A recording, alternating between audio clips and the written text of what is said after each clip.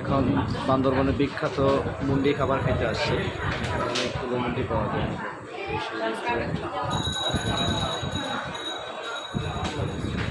এটা হচ্ছে কিচেন। দেখা যাক কি মুন্ডি আসে।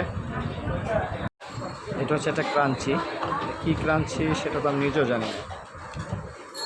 মেবি ডালের এটা। এই হচ্ছে মুন্ডি।